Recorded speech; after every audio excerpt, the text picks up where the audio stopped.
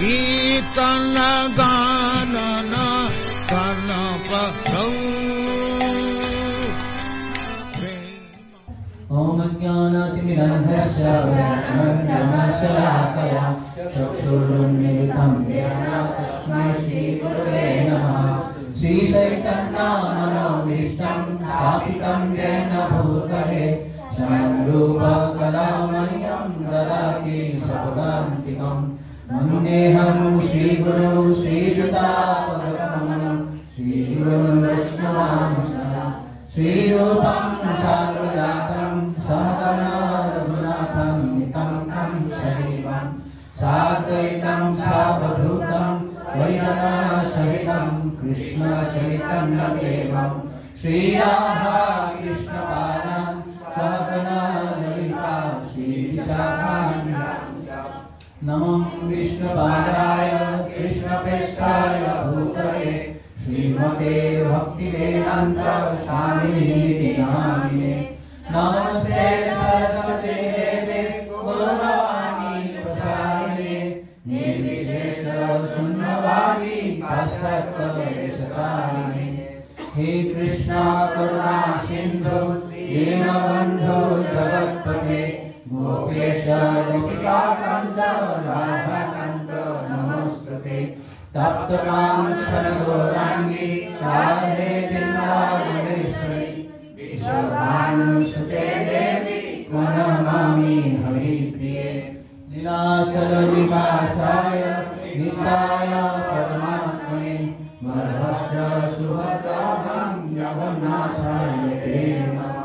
वृन्दावे तुलसी देवै प्रियाय केशवस्य च विष्णु भक्ति देवी सर्वमंगलाय वंशाकल्पतरुश्च कृपासिन्धुभ्येव च पतितानां पावनेभ्यो वैष्णवेभ्यो नमो नमः।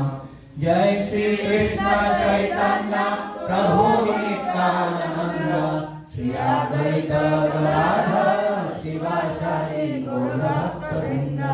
हरे कृष्णा कृष्णा कृष्णा हरे हरे हरे राम राम राम हरे हरे। ओम नमो भगवते वासुदेवाय। ओम नमो भगवते वासुदेवाय। ओम नमो भगवते वासुदेवाय।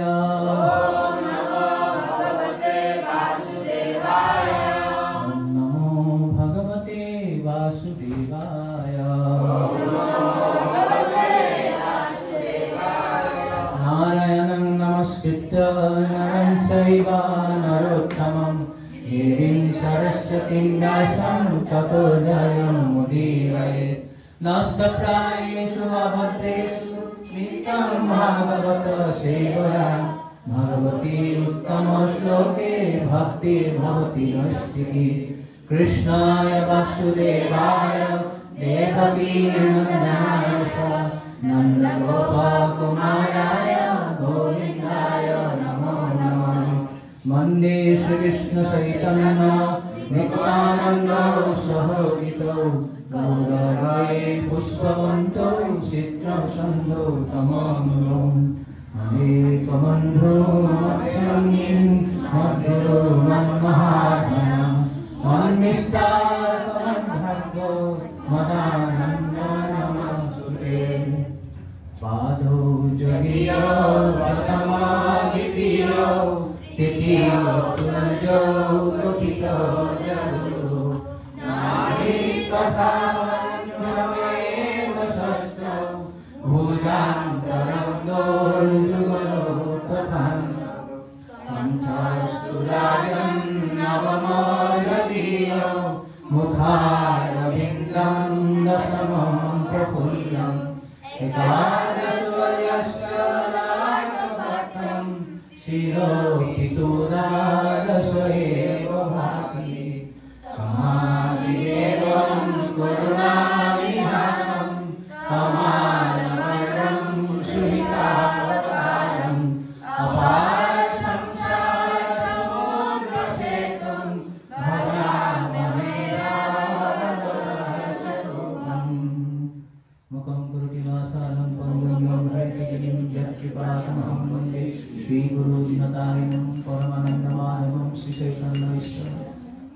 नमो विष्णुपादाय कृष्णपृष्ठाय भूतलक्ष्मी जयन्त प्रसादाय नमो सूर्यपदाय निताय प्रभवदाय गौरवतधर्मदाय हरि ओम तत्सत्। हरे कृष्ण। আমরা প্রায় 2 সপ্তাহ পরে আবার মিলিত হলাম।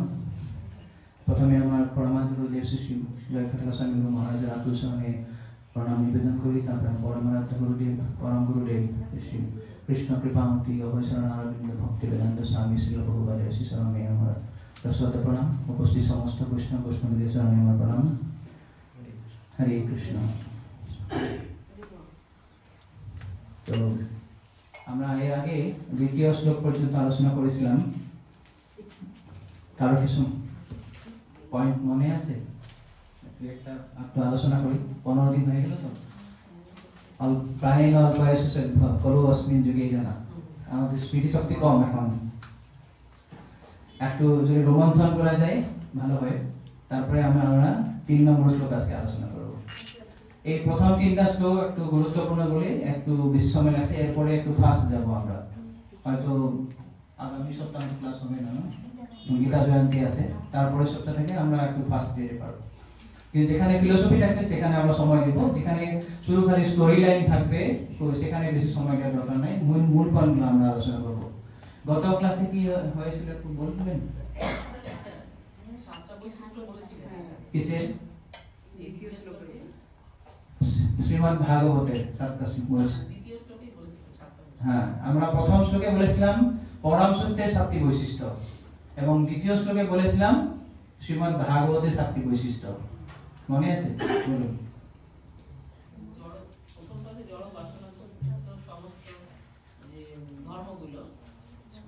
বাদ দেওয়া হবে। ধর্ম প্রচিত কইল অর্থ।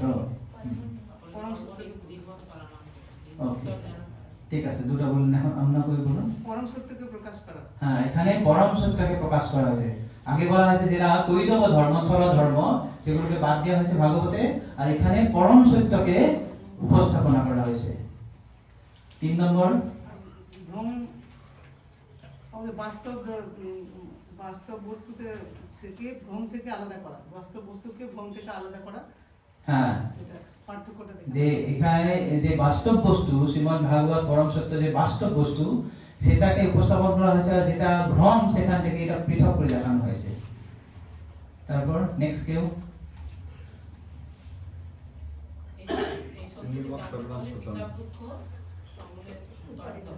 হ্যাঁ, এই সত্যতা জানতে পারলে আমাদের কি হয়? ত্রিতাপ যুগ থেকে আমরা তাপত্রয়ম উন্মূলনম।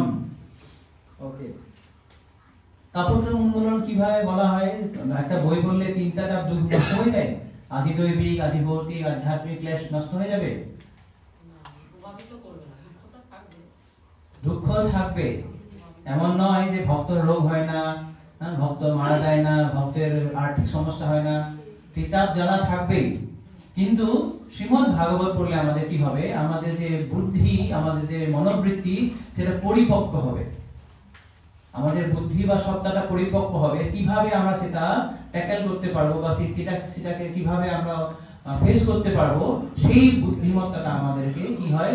শ্রীমদ্ ভাগবত প্রদান করে। তারপর ভগবানকে হৃদয়ে প্রতিষ্ঠা করে। ভগবান হৃদয়কে প্রতিষ্ঠা করে।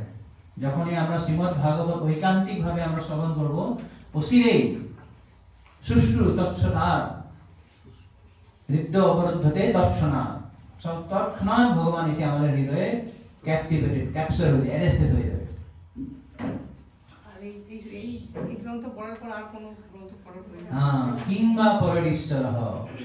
এই ভাগবত গ্রন্থ ব্যাসদেব তার পরিপক্ক অবস্থায় রচনা করেছেন বলে তিনি নিজেই বলেছেন যে এইটা পড়লেই আমাদের সমস্ত আধ্যাত্মিক জ্ঞান বা আধ্যাত্মিক উৎকর্ষ লাভ হয়ে যায়, যার জন্যই আর অন্য কোনো গ্রন্থ পড়ার প্রয়োজন নেই। কিংবা পরমেশ্বর, এটা হচ্ছে মূল গ্রন্থ বা আমাদের আধ্যাত্মিক উপলব্ধির জন্য এটা হচ্ছে একমাত্র সাধন।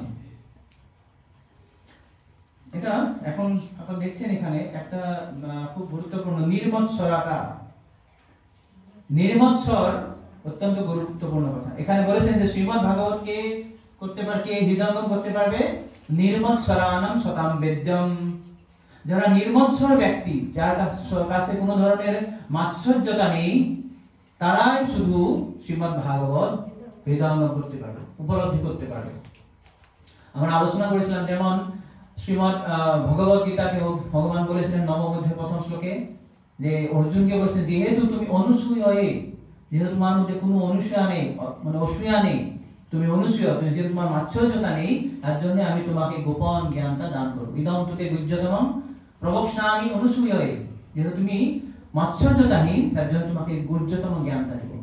তো শ্রীমদ্ ভগবত গীতা আমাদের হৃদয়ঙ্গম করার জন্য যেভাবে মাৎসর্যতাহীন হতে হবে, নির্মৎসর হতে হবে, একই ধরনের শ্রীমদ্ ভাগবত যদি আমাদেরকে উপলব্ধি করতে হয়, তা আমাদেরকে নির্মৎসর হতে হবে।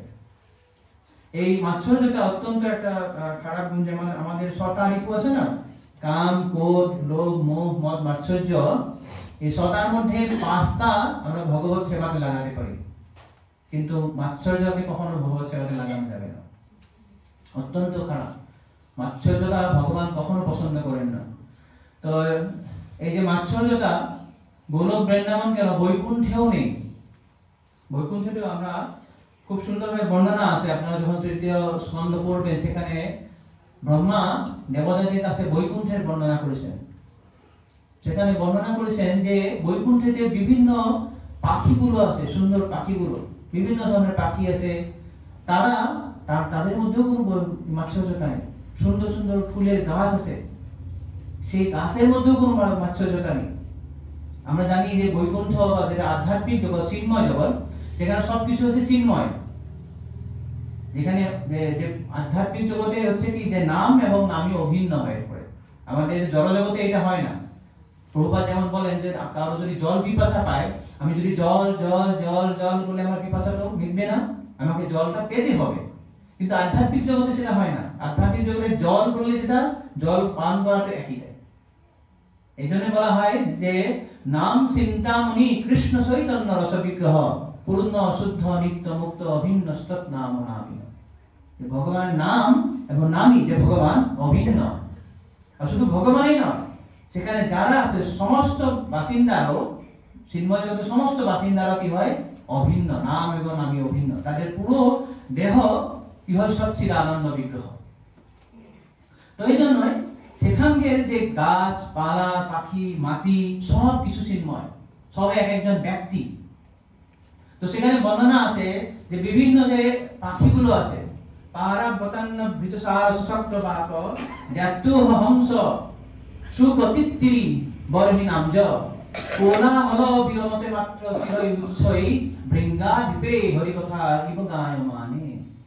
কি বলছে যে সেখানে যে সুন্দর সুন্দর পাখিগুলো আছে, পায়রা গোটা মানে পায়রা সরাই, পায়রা, অন্নাবৃত মানে কোকিল, চক্রবা, সারস, তারপরে হংস, বিভিন্ন পাখিগুলো সুন্দর সুন্দর কণ্ঠ দিয়ে তারা সুললিত কণ্ঠে ভগবানের গান করে। কিন্তু যখন তারা গান করছেন, সেখানে যখন একটা মৌমাছি এসে যায়, মৌমাছি গান করছে না, কিন্তু মৌমাছি কি করছে, খুব সুন্দরভাবে এই যে আওয়াজটা কিরকম হয়, জি এরকম হয় না মৌমাছি যখন যায়। তো যখন জি করবে, অন্যান্য পাখিরা বলবে বাহ কি সুন্দর হরি কথা বলছে, তাকে মানে উৎসাহ দেয়। এখানে বলেছেন কোলা হলা বিরমতে মাত্র মুচ্ছয়, শির মাত্র মুচ্ছয়, তারা অল্প সময়ের জন্য চুপ হয়ে যায়। সব পাখিরা চুপ হয় কেন, বৃঙ্গা দ্বীপে হরি কথা ইব গায়মানে। বৃঙ্গা দ্বীপ মানে হচ্ছে যে এই যে মৌমাছি, এই হরি কথা ইব মানে হরি কথা গাওয়ার মতন করেছে। গায় মানে হরি কথা গায়নি, কিন্তু এখানে জি করছে, আর অন্যান্য পাখিরা বলছে বাহ কি সুন্দর হরি কথা। অর্থাৎ তাদের মধ্যে কোনো মাৎসর্যতা নেই, এই পাখিদের মধ্যে মাৎসর্যতা নেই।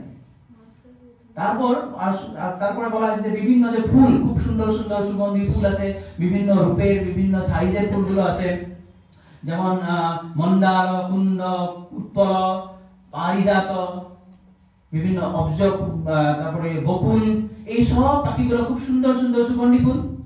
সেটার তুলনায় তুলসী যে আছে, তুলসীর কিন্তু কোনো ফুল নেই, শুধুমাত্র একটা সবুজ পাতা। কিন্তু যখন এই ফুলরা দেখে যে তুলসী হচ্ছে ভগবানের খুব প্রিয়, কেননা তুলসী সরাসরি ভগবানের গলা মালা হয়ে সেখানে শোভা বিরাজন করে। তো যখনই ওরা তুলসীকে দেখবে, বলছে যাও তুমি সেবা করো। এই যে সুন্দর সুগন্ধিত ফুল, তারা কিন্তু এটা কোনো মাৎসর্য করে না, না আমরা যে সুগন্ধি, তোমার তো কোনো সুগন্ধি নেই, তুমি কি সেবা করো, আমি করব। এটা বৈকুণ্ঠের মানে যারা গাছপালা আছে তাদের মধ্যেও কোনো মাৎসর্যতা নেই। এই হচ্ছে বৈকুণ্ঠের চরিত্র।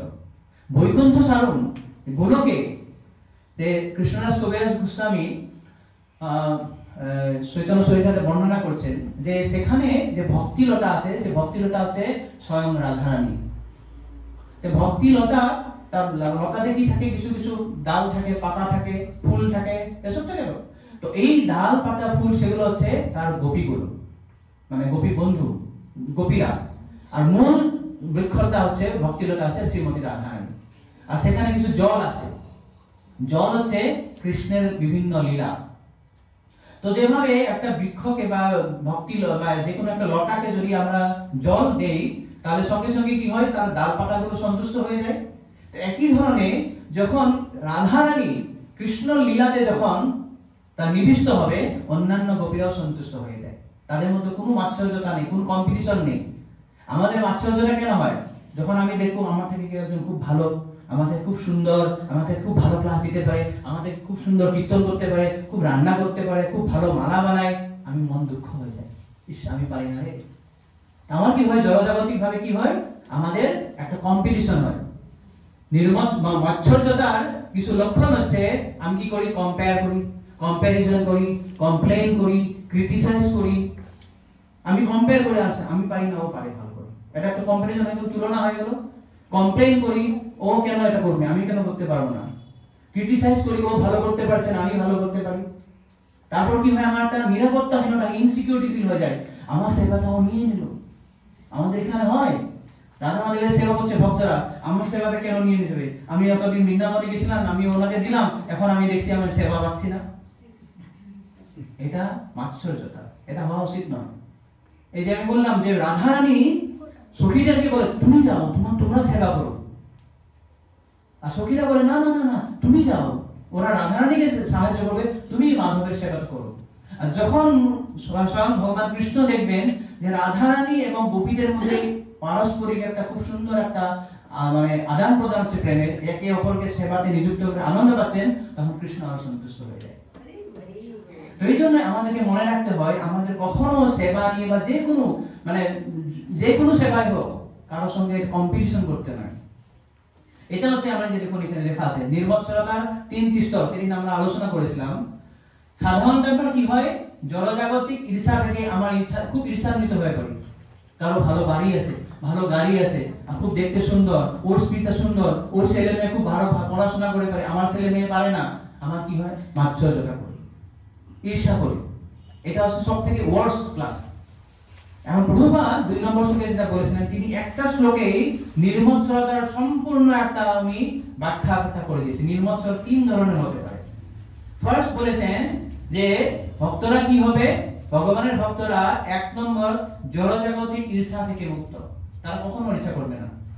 আমি প্রবচন দিতে পারছেন খুব ভালো, এই পারছে তো প্রভুকে নিয়ে আমি ক্লাস শুনবো, প্রভু খুব সুন্দর কীর্তন করে, ওনাকে দিয়ে কীর্তন করাবো, মাতাজি কি সুন্দর ভগবানের ভোগ বানায়, উনি ভোক্তা বানাবে, আমি ওনাকে সাহায্য করবো। এটা হচ্ছে ভক্তের প্রথম লক্ষণ। 1 নম্বর স্টেপ হচ্ছে জড়জাগতিক ঈর্ষা থেকে তিনি মুক্ত।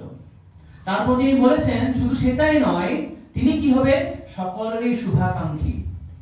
মানে তার এর প্রথম স্টেপ থেকে 2 নম্বর স্টেপ, আমি মাৎসর্যতা করছি না, ঈর্ষা করছি না, এখন আমি অপরকে কি করছি, যে ইনি আমার থেকে ভালো মালা করতে পারে না, আমি ওনাকে শেখাবো। মাতাজি আসুন, আপনি আমার কাছে বসুন, আমি শিখাবো। কীর্তন পারেন, আমি শিখিয়ে দিব, আসুন। আপনি করতাল বাজাতে পারেন, আমি শিখিয়ে দিব। এইভাবে একে অপরকে সাহায্য করে যাতে উনিও উন্নতি করতে পারে। এটা হচ্ছে দ্বিতীয় ধাপ, দ্বিতীয় স্তর। 3 নম্বর প্রভুপাদ বলেছেন, খুব খুব উষ্টাকাঙ্ক্ষী ভগবানের, যেটা দেখেছেন আপনারা দেখবেন 2 নম্বর পেজে আছে দ্বিতীয় শ্লোকে, যে তারা কি করে, প্রতিদ্বন্দ্বিতা বিহীন ভগবত কেন্দ্রিক একটা সমাজ করার চেষ্টা করে, যেখানে শুধু কেন্দ্রবিন্দু থাকবে ভগবান। ভগবান কেন্দ্রিক একটা প্রতিদ্বন্দ্বিতা বিহীন একটি সমাজ ঘোষণা করবে। অর্থাৎ তারা সবাইকে এখন কি করবে, শুভাকাঙ্ক্ষী করবে। মানে আমি ঈর্ষা মুক্ত, আমি কাউকে ইচ্ছা করছি না। 2 নম্বর স্তরে গিয়ে আমি কি করছি, সবাইকে সাহায্য করার চেষ্টা করছি। এটা এখন আমার মানে প্রথম 2টা স্টেপ হচ্ছে আমার ক্ষেত্রে, আমি পার্সোনাল লেভেল, আমি ব্যক্তিগতভাবে আমি এটা করছি। 3 নম্বর হচ্ছে আমি সমাজভাবে এখন সবাইকে সাহায্য করছি, আমরা প্রত্যেকেই যেন সবাই শুভাকাঙ্ক্ষী হয়ে যায়, তখন কি হবে? সুন্দর হবে না? তখন কোনো মাৎসর্য থাকবে না। যেভাবে এই যে বৈকুণ্ঠে বলা হলো যে পাখিগুলো হোক বা ফুলগুলো হোক, তারা কারো সঙ্গে মাৎসর্যতা করে না। কেননা মাৎসর্যতা যদি থাকে আমাদের কাছে, ক্ষুদ্র মাত্র থাকে, আমরা কখনো ভগবত ধামে যেতে পারবো না। নেভার। আমি যতই হরিনাম করি না কেন, যতই ভাগবত করি না কেন, যতই গ্রন্থ বিতরণ করি না কেন, আমার হৃদয়ে যদি মাৎসর্যতা কিঞ্চিত পরিমাণ থাকে, আমার কোনো এন্ট্রি নেই সেখানে, কোনো এন্ট্রি নেই। এই জন্যই যখনই চারকুমার যে জয় বিজয়কে দেখেছিল, ওরা মাৎসর্য করেছে, এরা ডিসক্রিমিনেট করেছে, কাউকে যেতে দিচ্ছে, কাউকে যেতে দিচ্ছে না, তোমরা যা এখান থেকে অসুর জনিতে যাও। এটা একটা শিক্ষা। তো এই জন্যই নিমজ্জনতা বা মাৎসর্যতা আমাদের খুব সাবধান হবে এটা নেওয়া দরকার, মাৎসর্যতাহীন হওয়ার চেষ্টা করা দরকার। যখনই আমরা মাৎসর্যতাহীন হয়ে পড়বো, তখনই ভাগবতের কথা আমার কাছে প্রকাশিত হবে।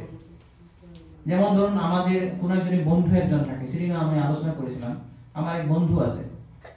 তো বন্ধু যদি আমাকে দেখে যে এই বন্ধু আমার কাছে কিছু কথা লুকিয়েছে, ওর তার হৃদয় খুলে দিচ্ছে না, সব কথা আমাকে বলছে না, তখন ও কি মনের কথা খুলে বলবে আমাকে? ও ও মানে ও কমফোর্টেবল হবে না আমাকে সবকিছু বলার জন্য। তো একই ধরনের ভাগবত হচ্ছে এক ব্যক্তি, ভাগবত কিন্তু গ্রন্থ নয়। আমরা যে জড়জগতে বই পড়ি, ওই ধরনের বই কিন্তু ভাগবত নয়। ভাগবত হচ্ছে ভগবান স্বয়ং কৃষ্ণ। তো যখন ভাগবত দেখবে যে এই ব্যক্তি তার কিছু মানে দুরভিসন্ধি বা তার কিছু মানে অসৎ ও মনোবৃত্তি নিয়ে আমাকে ইউজ করার চেষ্টা করছে, ও ভাগবত করে আমি খুব বড় কথাকার হয়ে যাবো, ভাগবত বক্তা হয়ে যাবো, 7 দিন ভাগবত পড়ব, যখন এই রথযাত্রা আছে আমাকে নিয়ে নেন, আমি কিছু পয়সা ইনকাম করব। এই ধরনের মনোবৃত্তি যখন আমি ভাগবত পড়ার চেষ্টা করব, ভাগবত আমার কাছে কখনো প্রকাশিত হবে না। তার ওকে নিজেকে প্রকাশ করবে না আমার কাছে, আমি বুঝতেই পারবো না। এই জন্যই আমরা বলা হয় যে ভাগবতের সঙ্গে আমাদের বন্ধুত্ব, প্রেমের ভাব, প্রেমের সম্বন্ধ করা দরকার। ভাগবতকে ভালোবাসা দরকার। প্রত্যেকটি শ্লোককে, প্রত্যেকটি ক্যারেক্টার, প্রত্যেকটি যে চরিত্র আছে তাদের সঙ্গে বন্ধুত্ব করা দরকার। পরীক্ষিত মহারাজ, তার কাছ থেকে আমরা অনেক কথা শিখতে পারি। ধ্রুব মহারাজ, প্রহ্লাদ মহারাজ, যুধিষ্ঠির মহারাজ, যখনই আমরা এইভাবে ভাগবতের জ্ঞানটা যখন আমরা নেওয়ার চেষ্টা করব, কিভাবে গুরু পরম্পরা ধারায় নির্মৎসর হয়ে, তখন ভাগবত আমার কাছে প্রকাশিত হবে। যস্য দেবে পরা ভক্তি যথা দেবে তথা গুরু তস্যৈতে কথিতা হি অর্থা প্রকাশন্তে মহাত্মনঃ। যারা যেভাবে ভগবান বা ভাগবতের প্রতি সম্মান করেন, গুরুদেবের প্রতি সম্মান করেন, সেই ব্যক্তির কাছে কি হয়? ভাগবত বা ভগবান প্রকাশিত হয়। দিব্যজ্ঞান বা আধ্যাত্মিক জ্ঞান আমরা পড়াশোনা করে, রিসার্চ করে কখনো পেতে পারি না। দিব্যজ্ঞান বা আধ্যাত্মিক জ্ঞান কি হয়? সবসময় হৃদয়ে প্রকাশিত হয়। দিব্যজ্ঞান হৃদয়ে প্রকাশিত। তো এটা মানে আমরা যে গাই প্রতিদিন গুরু পূজার সময়, এটা আমাকে বুঝতে হবে। দিব্যজ্ঞান নির্প্রকাশ মানে কি? মানে ব্রহ্মানন্দ নামে প্রকাশ করে দিবে? হ্যাঁ, করবে। যদি আমার ভগবানের প্রতি যদি শ্রদ্ধা থাকে, গুরুদেবের যদি শ্রদ্ধা থাকে, ভাগবতের স্মরণে যদি শ্রদ্ধা থাকে, অবশ্যই এই জ্ঞান আমার কাছে প্রকাশিত হবে, 100% হবে। এই বিশ্বাস আমার থাকতে হবে। আমি খুব পড়াশোনা করে, আমি বিশাল বড় স্কলার, বিশাল বড় পণ্ডিত, আমি সংস্কৃত স্কলার, আমি নৈয়ায়িক, আমি খুব গ্রামার জানি, এইসব দিয়ে আমি বুদ্ধি করে আমি পড়তে পারবো, কিন্তু ভাগবতের জ্ঞান আমার কাছে প্রকাশিত হবে না। এই জন্য এটা খুব প্রথমেই যে ব্যাসদেব বলে দিয়েছেন যে নির্মৎসরানাং শতাং। কেন বলেছেন? আমরা কখনো মাৎসর্যতা হয়ে, মাৎসর্য পরায়ণ হয়ে ভাগবতের জ্ঞান কখনো আমি উপলব্ধি করতে পারবো না। খুব সাবধান আমাকে। ভাগবতের কথা যদি আমাকে উপলব্ধি করতে হয়, হৃদয়ঙ্গম করতে হয়, ফার্স্ট কোয়ালিফিকেশন হচ্ছে আমি সব সময় নির্মৎসর হতে হবে, মাৎসর্যহীন হতে হবে। এই জন্য এই পয়েন্টটা আমরা আলোচনা করেছিলাম। এখন আমরা 3 নম্বর শ্লোকটা আজকে শুরু করব। সবাই পড়ুন। নিগম কল্পতরুর গলিতম ফলম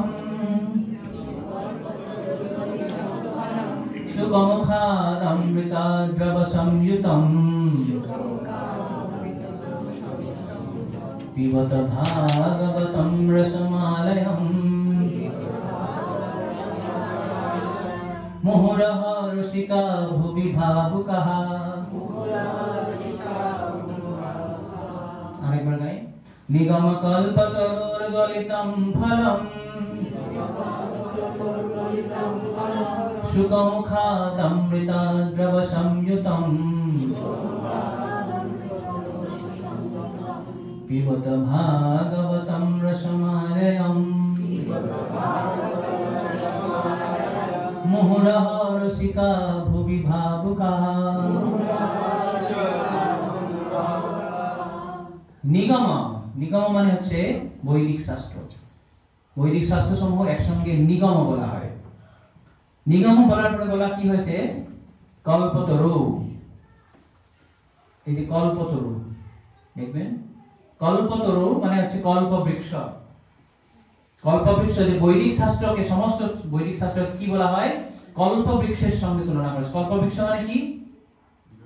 কি কল্প বৃক্ষ মানে? হ্যাঁ, কি? হ্যাঁ, কল্প বৃক্ষের কাছে আমরা যা চাইবো তাই পাবো। যা মানে শুধু ফল না, আমাকে এক বস্তা আমাকে সোনা লাগে তো পেয়ে যাবেন, আমাকে 10 লিটার দুধ লাগে পেয়ে যাবেন, আমাকে বাড়ি লাগে পেয়ে যাবেন, যা চাইবেন তাই পাবেন। সেটাকে বলা হয় কল্প বৃক্ষ। তো এটা কেন কল্প বৃক্ষ বলা হয়েছে? বেদকে এই জন্যই কল্প বৃক্ষ বলা হয়েছে যে বেদে সমস্ত ধরনের জ্ঞান দেওয়া আছে। সমস্ত জড়জাগতিক জ্ঞান প্রভুপাদ তাৎপর্যে লিখেছে, বিভিন্ন ধরনের জ্ঞান, যেমন আধ্যাত্মিক জ্ঞান, আপনার ফিজিক্স, কেমিস্ট্রি, মেডিসিন, ইকোনমি, যুদ্ধের, আয়ুর্বেদ, সমস্ত কিছু জ্ঞান বেড়ে দেওয়া আছে। এসব হচ্ছে আমাদের দেহগত জ্ঞান।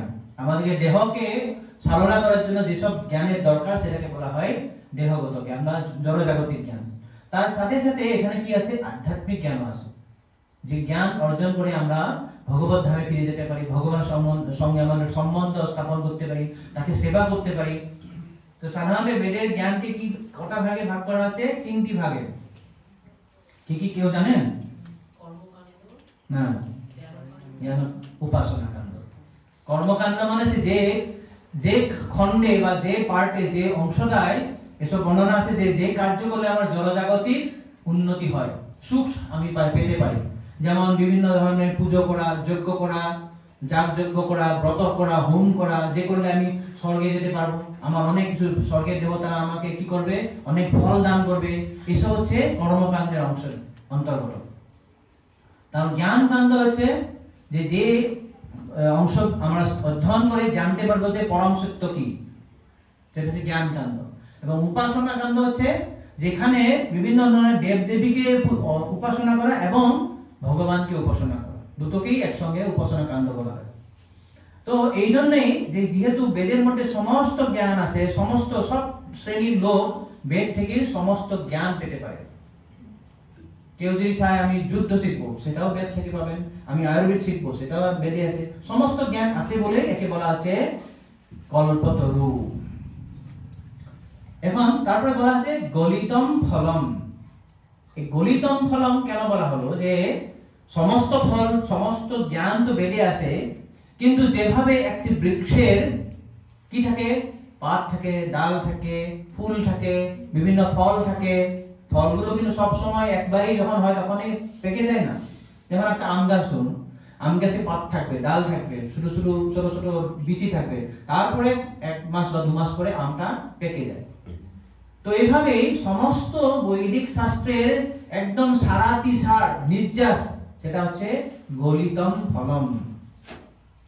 গলিতম ফলম মানে একদম সুপক্ক ফল, সুপক্ক ফল। তো তারপরে বলেছে যে সুকমুখাদ অমৃত দ্রব সংযুতম। সুক মানে হচ্ছে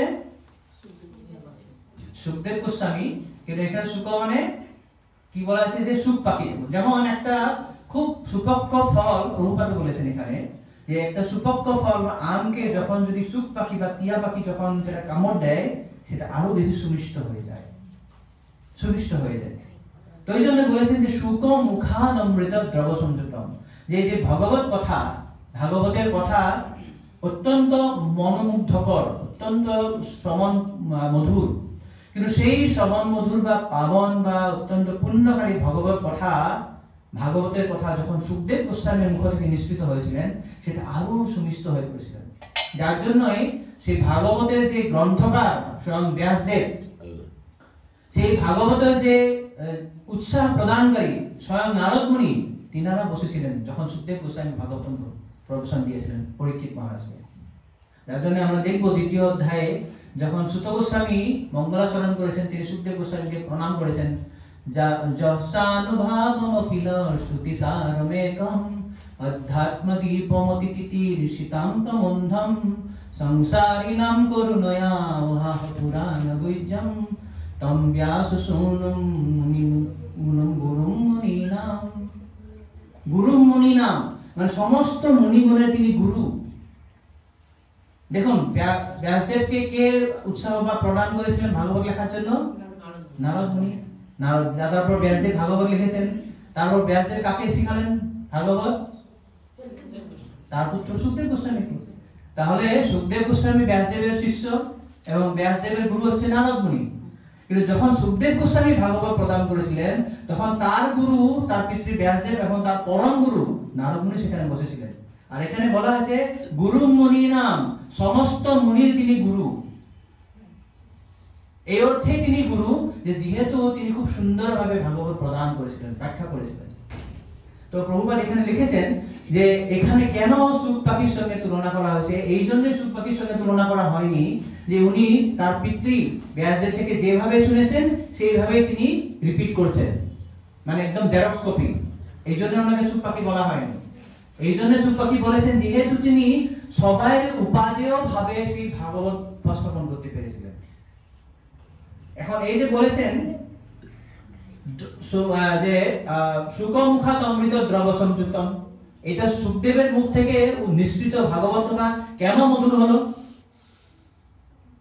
যেমন আপনারা দেখবেন শ্রীমদ্ ভাগবতে দশম স্কন্ধে ভগবান কৃষ্ণের খুব সুন্দর লীলা বর্ণনা আছে। এই বৃন্দাবনে যে গোপীরা তারা সবসময় কি করে, কৃষ্ণের বিভিন্ন লীলাগুলো তারা আলোচনা করে, একের সঙ্গে পরস্পরের সঙ্গে আলোচনা করে। যখন কৃষ্ণ কারো গোপীর কাছে যায়, গিয়ে বাড়িতে কি করে, মাখন চুরি করে। তো একবার এক গোপীকে বর্ণনা করছেন, জানো গতকাল আমার বাড়িতে কালকে কৃষ্ণ এসেছিল, আমি একদম মাখন গুলো না একদম উপরে সিলিংয়ে বেঁধে রেখেছিলাম। আর কৃষ্ণ কি করলো, বাড়িতে কিছু কাঠ ছিল, কাঠটা জোড়া দিয়ে উপরে উঠে ওটা চুরি করে নিয়ে পালিয়ে খেয়ে নিয়েছে। তাই কবি বলছে, হ্যাঁ আমিও এরকম দেখেছিলাম, কিন্তু আমার সেখানে কোনো কাঠ ছিল না। ও কি করছে, সব বন্ধুদেরকে নিয়েছে, বন্ধুরা একটা মানে পিরামিডের মতন বানিয়ে উপরে উঠে সেখান থেকে চুরি করে নিয়ে গেছে। তাই কবি বলছে, না আমিও এরকম করেছিলাম, সেখানে কোনো কাঠও ছিল না, আর তার বন্ধুও যায়নি, ও একাই গেছিল।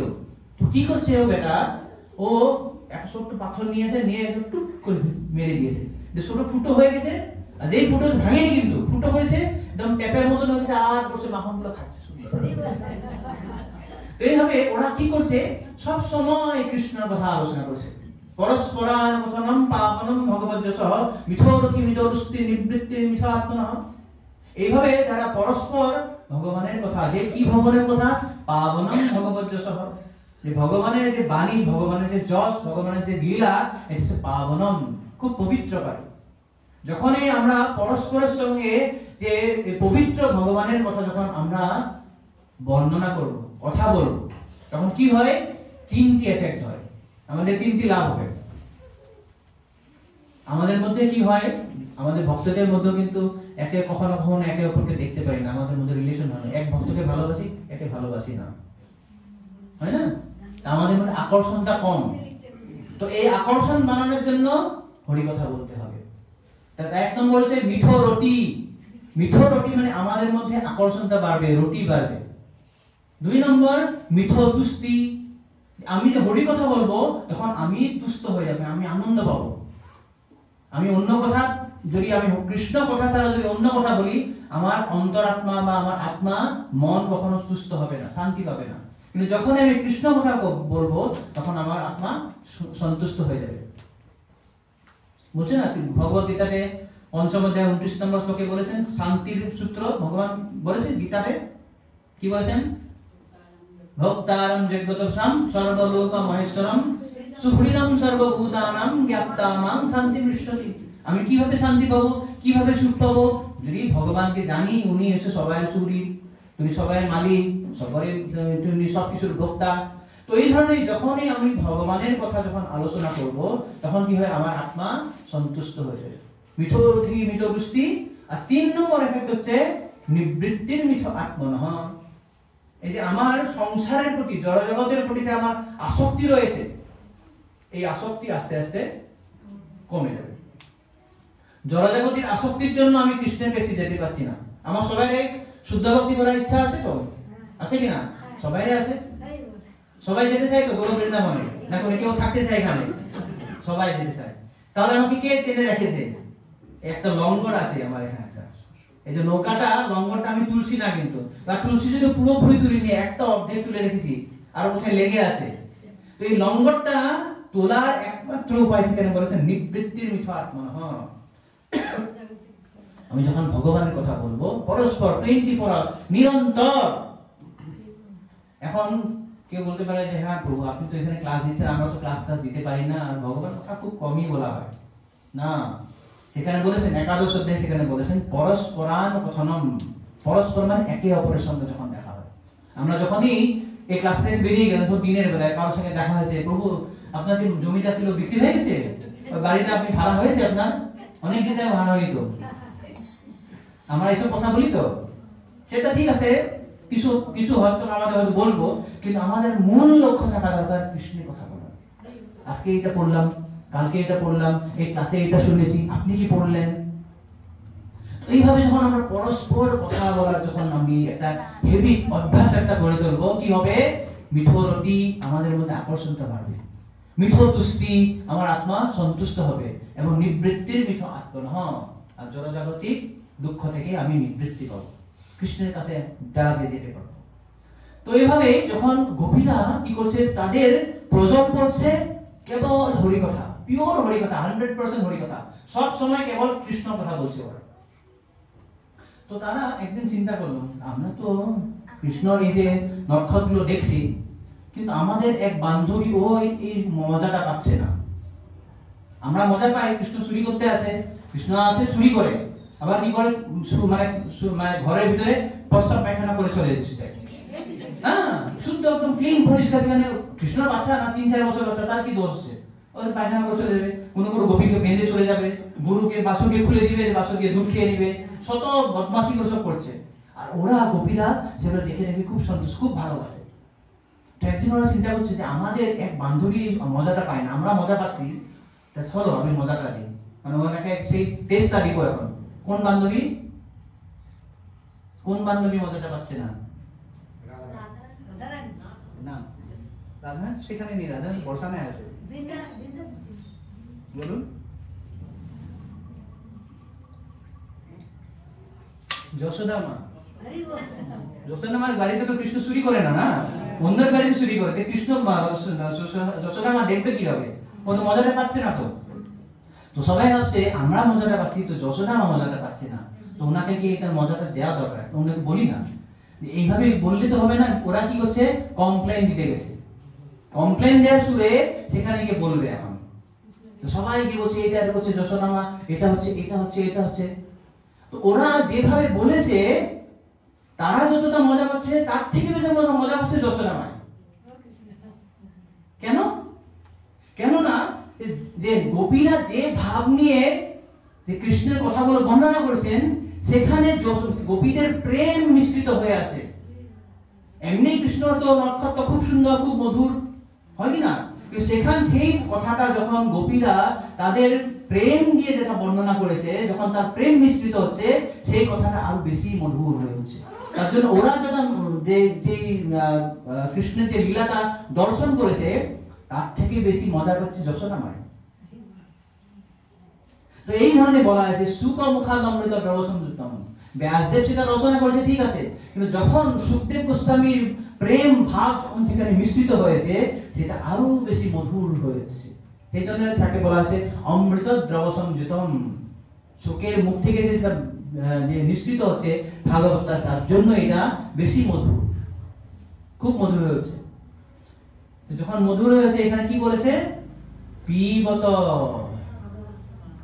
পিবত। কি পিবত বলছে? ফলম। ফল কি পিয়ে নাকি? ফল তো খায় না। আমরা যে আমটা নিয়ে আসি, এখন আমের সিজন আসবে কয়েকদিন পরে, আমরা কি এরকম পিয়ে না খাই?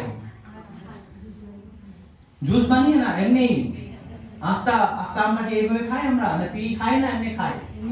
এমনি খাই। এখানে কেন বলছি পিবত? যে ব্যাসদেব কিছু ভুল হলো নাকি লিখতে পিবত লিখে?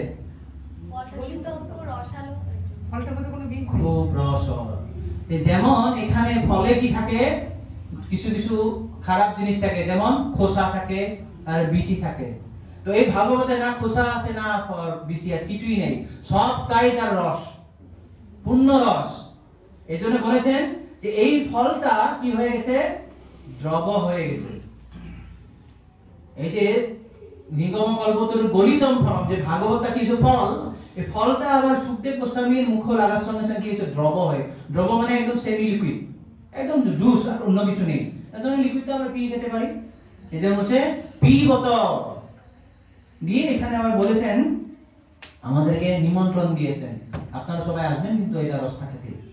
পিবত ভাগবতম রসমালয়ম মুহুরহ রসিকা ভুবি ভাবুকা। এখন এই যে রসম আলয়ম, রসম আলয়ম, আলয়ম মানে হচ্ছে মুক্তি পর্যন্ত। এখানে দুটো ব্যাখ্যা করছেন আমাদের আচার্যরা। আলয়ম মানে হচ্ছে মুক্তি, লয় মানে হচ্ছে মুক্তি, মানে আলয়ম মানে মুক্তির ঊর্ধ্বে। শ্রীমদ্ ভাগবত আছে এই মুক্তি, মুক্তি আমরা জানি 5 প্রকারের মুক্তি আছে, বলবেন?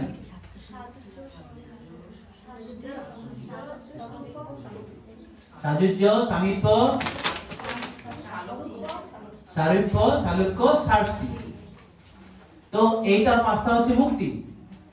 তো ভাগবত সেই মুক্তির ঊর্ধ্বে, এর জন্য বলা হয় আলয়ম। লয় মানে হচ্ছে মুক্তি এবং আলয় মানে হচ্ছে মুক্তির ঊর্ধ্বে। এর আরেকটা অর্থ আছে, লয় মানে হচ্ছে যে অষ্টসাত্ত্বিক বিকার, তার 8 নম্বর বিকারটা হচ্ছে মূর্ছা যাওয়া। লয় মানে মূর্ছা যাওয়া। তো এখানে বলছেন যে পিবতম ভাগবতম রসমালয়ম, মানে আপনি ভাগবতের রস পান করুন, নিয়ে আপনি মূর্ছিত হয়ে পড়ে যান। বলে আবার কি করবেন? মুহুরহ রসিকা, আবার পিবেন, আবার পড়বেন, আবার আবার ভাগবতের রস খাবেন। মানে একবার না, মুহুরহ, মুহু মানে হচ্ছে কনস্ট্যান্টলি, নিরন্তর রসটা পান করুন, দিয়ে আপনি মূর্ছিত হয়ে পড়ে যান। আবার যখন জ্ঞান ফিরবেন আবার ভাগবত পান করুন, আবার মূর্ছিত হয়ে পড়ে যান। যেমন ধরুন যারা মদ খায়, যারা প্রথম লোকটা মদ খায় না, প্রথম মদ খাওয়ার পরে একটু প্রথম লাজুক লাজুক হয়, খাবো কি খাবো না, কতটা খায় জানি না, কেউ দেখবে। কিন্তু যারা একদম পাক্কা মদারু, সব সময় খায়, ওরা কি করে? মদ খাবে, খায়, বেহুশ হয়ে পড়ে যাবে, আবার যখন জ্ঞান ফিরবে আবার খাবে, আবার পড়ে যাবে, আবার খাবে, আবার পড়ে যাবে। এইভাবে আমাদের ভাগবতের রসটা পিতে হবে, পিয়ে রসমালয়ম মূর্ছিত, আবার পিবে, আবার মূর্ছিত হয়ে পড়ে যাবে। এটা হচ্ছে আমাকে নিমন্ত্রণ দিয়েছে। পিবত ভাগবতম রসম আলয়ম মুহু, মুহু মানে কনস্ট্যান্টলি, নিরন্তর। আমি একবার ভাগবত পড়েছি আর হয়ে গেছে, আমার জীবনে কাম শেষ, এরকম নয়। ভাগবত আমার পুরো পড়া হয়ে গেছে, তো দ্বাদশ স্কন্ধ শেষ, এখন আমি চৈতন্য চৈতামৃত করবো, আর পড়বো না। ভাগবত যতই পড়বো আমরা, ততই তার নতুন নতুন অর্থ আমাদের প্রকাশিত হবে। আমরা আলোচনা করেছিলাম এর আগের যে ভাগবত কি বিভু সর্বাশ্রয়, প্রতি শ্লোকে প্রতি অক্ষরে নানা অর্থ হয়। আপনি দেখবেন এই একটা শ্লোক আপনি এখন পড়েছেন, সেম প্রভুপাদের বইটা, সেম শ্লোক, সেম অর্থ, সেম ট্রান্সলেশন, সেম তাৎপর্য, 2 বছর পরে আবার পড়বেন, অন্য অর্থ বাইরে হয়ে যাবে, আর বেশি ভালোভাবে আপনি বুঝতে পারবেন। কেন? কেননা এই যে 2 বছর পরে আপনি পড়ছেন, এই 2 বছর আপনি কত হরিনাম করছেন, এই 2 বছর আপনি কত বৈষ্ণবদের সেবা করেছেন, এই 2 বছর আপনি কত ভগবানের পূজা অর্চনা করেছেন, এই 2 বছরে আপনার বুদ্ধি আরো কত পরিপক্ক হয়েছে। তার জন্য আপনার এই জ্ঞানটা ভগবানকে বোঝার, ভাগবত হৃদয়ঙ্গম করাটা অন্য ধরনের হবে। এই জন্য এমন নয় যে আমি ভাগবত একবার পড়েছি হয়ে গেছে, আর না, মুহু ভাগবত বলছেন প্রত্যেক দিন নিরন্তর নিত্যম ভাগবত সেবয়া, প্রত্যেক দিন পড়তে হবে আমাদেরকে। তখন আমি কি হবে, আলয়ম মূর্ছিত হয়ে পড়ে যাবো, আবার আবার আবার মূর্ছিত হয়ে যাবো। রসিকা ভাবু বিভাব কাহা, এটা হচ্ছে ভাগবত মানে আমাদেরকে নিমন্ত্রণ দিয়েছে। তাই আপনাদের মনে আছে আমরা প্রথমে আলোচনা করেছিলাম যে ভাগবত যে বেদের জ্ঞানগুলোকে তিন ভাগে ভাগ করা হয়, যে কি সম্বন্ধ, অভিধেয় এবং প্রয়োজন। প্রথম শ্লোকটা কি ছিল, যে জন্মাদিশ্য যতঃ, সেখানে কি উপস্থাপনা হয়েছিল, সেখানে সম্বন্ধ। ভগবান পরম সত্য যে ভগবান, তিনি যে আমাদের মানে উপাস্য দেবতা, ওম নমো ভগবতে বাসুদেব, আমি ভগবানকে প্রণাম করছি, আমি এটা উপস্থাপন করেছি যে কৃষ্ণ হচ্ছে পরমেশ্বর ভগবান, সত্যম পরম ধীমহি, সেখানে সম্বন্ধ উপস্থাপনা হয়েছিল। তারপর 2 নম্বর শ্লোকে ধর্ম প্রজ্জিত, সেখানে কি হয়েছে, সেটাকে বলা অভিধেয় শ্লোক। আর এইটা শ্রীমদ্ ভাগবতের রস আস্বাদন করা, এটা হচ্ছে প্রয়োজন। এটা প্রয়োজন। কি প্রয়োজন?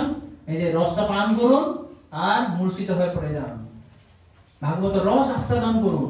ভাগবতের রস আস্বাদন করার জন্য আমাদেরকে আহ্বান দিয়েছেন। তো এটা আমরা এখন একটু থেকে আলোচনা করি যে ভাগবতে এটা দেখুন এক সুন্দর, এটা তত্ত্ব সন্দর্ভ থেকে একটা শ্লোক একটা আছে, খুব সুন্দর শ্লোক। এখানে বলেছেন বেদা পুরাণম কাব্যম স প্রভুম মিত্রম প্রিয়েবস বোধয়ন্তি হি প্রাহুর তিভৃত ভাগবতম পুনঃ। ভাগবত কি ধরনের সেখানে বর্ণনা করেছেন যে 3 ধরনের সাহিত্য বা রচনা আছে, 3 ধরনের গ্রন্থ আছে। এক হচ্ছে বেদাহা, বেদ মানে বেদ জানি আমরা, বিভিন্ন বেদ আছে, চতুর্বেদ আছে, উপনিষদ আছে। তো এই বেদ এক ধরনের সাহিত্য হয় বা গ্রন্থ হয়।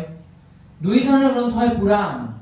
পুরাণ মানে ইতিহাস, যেটা বিভিন্ন ধরনের ইতিহাস যেগুলো আছে সেটা পুরাণ। আর এক ধরন আছে কাব্য। কাব্য মানে যেমন নাটক, নাটক জানেন না, কাব্য খুব সুন্দর সুন্দর নাটক, নাটকালয় যে থাকে, বিভিন্ন ধরনের নাটকগুলো থাকে, এটাকে বলা হয় কাব্য।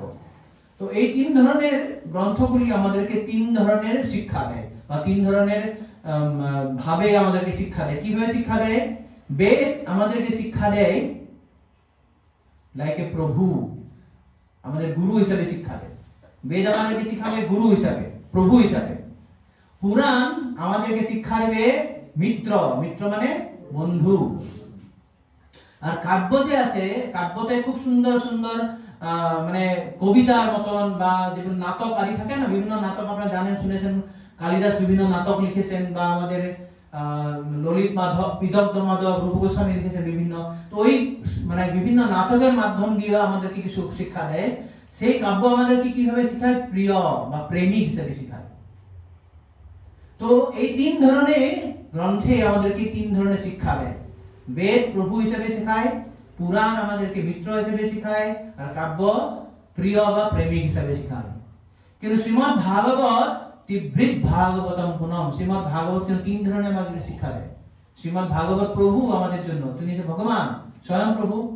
ভাগবত হচ্ছে আমাদের প্রভু, স্বয়ং ভগবান, তিনি প্রভু হিসেবে আমাদের শিক্ষা দেয়। তিনি আমাকে মিত্র হিসেবে শিক্ষা দিবে এবং প্রেমিক হিসেবেও শিক্ষা দেবে। তো সমস্ত মানে বৈদিক শাস্ত্রের সমস্ত জ্ঞান, সমস্ত উপাদান, সমস্ত উপাদানগুলি সব আমরা শ্রীমদ্ ভাগবতে পেতে পারি। তার জন্য বলেছেন কিংবা করো ঈশ্বর, আর অন্য শাস্ত্র কোন পড়ার কি প্রয়োজন আছে? শুধু ভাগবত পড়লেই আমাদের কত সব কিছু হয়ে যাবে। এখন আমরা একটু প্রভুপাদের তাৎপর্যকে আলোচনা করি। আপনারা যদি বই আসছেন দেখবেন, প্রথম যে স্ট্যান্ডার্ডটা সেখানে প্রভুপাদ বলেছেন যে পূর্ববর্তী 2টি শ্লোকে স্পষ্টভাবে প্রতিপন্ন হয়েছে যে শ্রীমদ্ ভাগবত অপ্রাকৃত গুণাবলীর প্রভাবে সমস্ত বৈদিক শাস্ত্রের মধ্যে সর্বোত্তম। তো এই যে প্রথমে যে বলা হলো শ্রীমদ্ ভাগবত পরম সত্য 7টি বৈশিষ্ট্য, তারপর 2 নম্বর শ্লোকে শ্রীমদ্ ভাগবতের 7টি বৈশিষ্ট্য আমরা একটু আলোচনা করলাম, যে সেখানে পরম যে বাস্তব বস্তু সেখানে উপস্থাপন করা হয়েছে, শুদ্ধ ভগবত ভক্তি সেখানে উপস্থাপন করা হয়েছে, যে ভগবত ভক্তি আমরা যাজন করলে ভগবান আমাদের হৃদয়ে অবরুদ্ধ হয়ে যাবে। তো এই জন্য শ্রীমদ্ ভাগবত সমস্ত বৈদিক শাস্ত্রের মধ্যে সর্বোত্তম, তো প্রভুপাদ বলেছেন।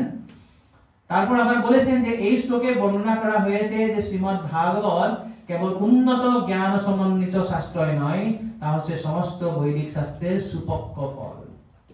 ছাড়াটি সার বলা হয়েছে। প্রভুপাদ বলেছেন in other words it is the cream of all Vedic knowledge, মানে একদম ক্রিম, সার সার সমস্ত বৈদিক শাস্ত্রের একটা, সমস্ত বৈদিক শাস্ত্রের সুপক্ষ বা সার জিনিস।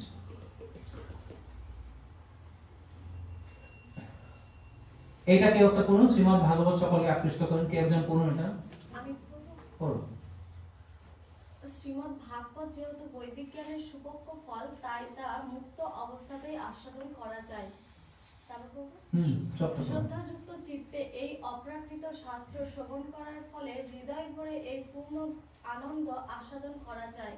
ঐকান্তিক শ্রদ্ধা এবং একাগ্রতা সহকারে শ্রীমদ্ ভাগবতের বাণী শ্রবণ করা উচিত। তবে যথার্থ বক্তার কাছ থেকে এই বাণী শ্রবণ করতে হবে, যার তার কাছ থেকে শ্রীমদ্ ভাগবত শ্রবণ করলে চলবে না। তো শ্রীমদ্ ভাগবত যে বলা হলো যে রসমালয়ম, তো প্রভুপাদ এখানে বলেছেন যে রসের কথা বর্ণনা করেছেন এই শ্লোকে। প্রভুপাদ 12টি রসের কথা বর্ণনা করেছেন, যে 7টি গৌণরস, 5টি মুখ্য রস। রস মানে হচ্ছে যে আমরা সবাই ইন্দ্রিয়জাত কিছু সুখ ভোগ করতে চাই, আনন্দ পেতে চাই, সেই আনন্দটাকে বলা হয় রস। তো এই রস 12 ধরনের আছে, আপনারা ভক্তি রসায়ন শুনতে পাবেন এগুলো। তো এই সমস্ত রসের সমন্বয়কে বলা হয় প্রেম। আমরা সবাই প্রেম পেতে চাই, কিন্তু এই রস আমরা আদান প্রদান করি এক স্বজাতীয় প্রাণীর মধ্যে। যেমন মানুষ এক মানুষের সঙ্গে রসের আদান প্রদান করে, মানুষ পশুর সঙ্গে রসের আদান করতে পারে না। এখন মানুষ পাখির সঙ্গে রসের আদান প্রদান হয় না, মানুষের মধ্যে রসের আদান প্রদান হয়। কিন্তু যেহেতু মানুষ এবং পরমেশ্বর ভগবান হচ্ছে স্বজাতীয়, তাই পরমেশ্বর ভগবানের সঙ্গে যখন আমার কি হবে, রসের আদান প্রদান হবে, তখন সেই রসটা অত্যন্ত উপাদেয় হয়, সেটা পূর্ণ হয় পরে। সেই রসটার আস্বাদনটাই বা সেই রসের আদান প্রদানে কি হয়, সব থেকে সর্বোত্তম হয়। কেননা ভগবান কৃষ্ণ হচ্ছেন রসের আধার। অখিল রসামৃত মূর্তি, শ্রীমদ্ ভক্তি রসামৃত সিন্ধুর প্রথম শ্লোকেই রূপ গোস্বামী বলেছেন অখিল রসামৃত মূর্তি, সমস্ত রসের তিনি হচ্ছেন আধার, মূর্তি। যেমন শ্রীমদ্ ভাগবতের 10ম স্কন্ধে একটা খুব সুন্দর বর্ণনা আছে।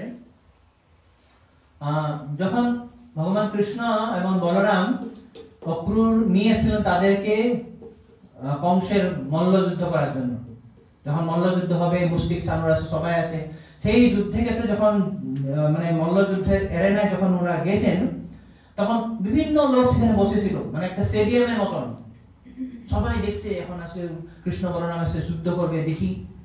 তাই সেখানে তার পিতৃমাতৃ ছিলেন, তার বন্ধু বান্ধব ছিলেন, নগরবাসীরা ছিলেন, বিভিন্ন ধরনের লোক বিভিন্ন ধরনের কৃষ্ণকে দর্শন করছেন।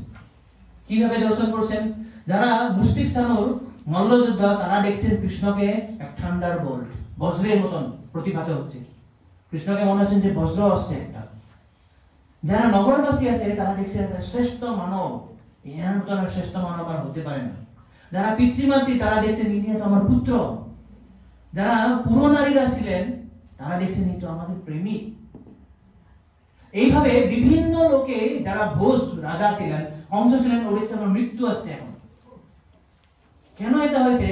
কেননা ভগবান হচ্ছেন অখিল রসামৃত মূর্তি, সমস্ত রসে তিনি হচ্ছেন আকর, সব রস তার কাছে আছে। তার জন্য যে যেভাবে যে রস আস্বাদন করতেছে কৃষ্ণের সাথে, কৃষ্ণ সেই রসটাই তার সঙ্গে আসছে মানে আদান প্রদান করবেন। কেউ চেয়েছে ও আমার বন্ধু, বন্ধু রূপে দেখা দেবে, কেউ চেয়েছে আমার শত্রু, ও শত্রু রূপে দেখা দেবে।